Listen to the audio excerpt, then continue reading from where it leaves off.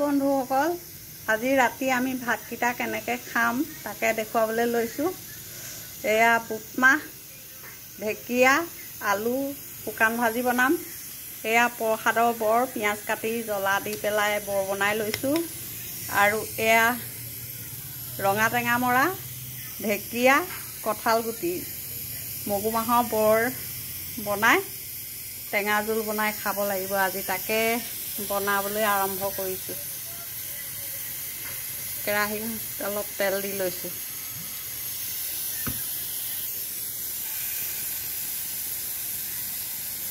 বৰকেইটা বনাই লওঁ। এইফালে এয়া ভাতে চিটি মাৰিব।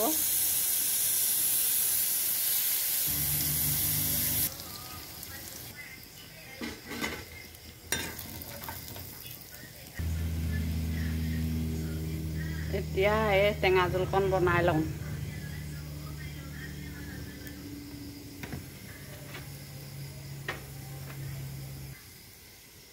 মেথি গুটি কেইটামান দি দিছোঁ। এতিয়া প্ৰথমে মই বইল কৰা এইকেইটা কঁঠাল গুটি মই বইল কৰি লৈছিলোঁ। কঁঠাল গুটিকেইটা দি লৈছোঁ।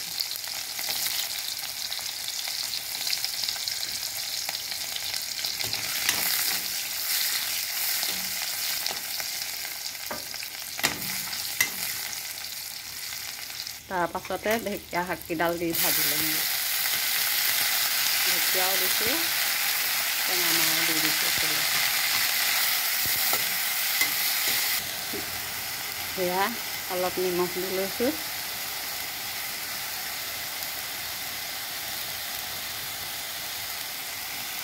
হালধি দি সিজাই ল'ম। এতিয়া এই বইল বনোৱা সেইখনতে বুটমাহকেইটা ভাজি ল'ম। ইয়াতে পাঁচফোৰণ কেইটামান দি দিছোঁ, জলকীয়া নিদিওঁ। এতিয়া এয়া পানী দি দিছোঁ।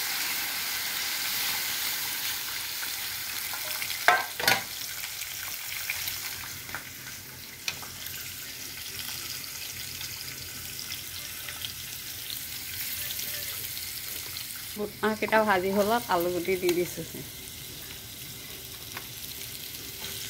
টেঙাটো উতলাৰ লগে লগে মই বৰকেইটা ঢালি দিছোঁ। গোটেইকেইটা নিদিওঁ বাৰু।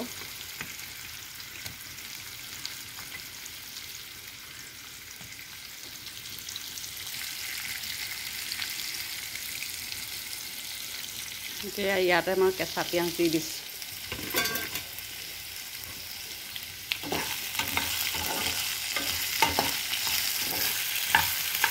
এয়া টেঙা জোল ৰেডি। এতিয়া এয়া ঢেকীয়া শাককেইডাল দি দিছোঁ। আজি বিঘে বানীয়ে একেই আৰু, মানে ৰাতি মানুহে শাক নাখায় বুলি কয়। আমিও নাখাওঁ বাৰু প্ৰায়, কেতিয়াবা আৰু এনেকৈ খাওঁ, উপায়টো নাই। এয়া ঢেকীয়া ভাজি ৰেডি। এয়া আমাৰ খানা ৰেডি।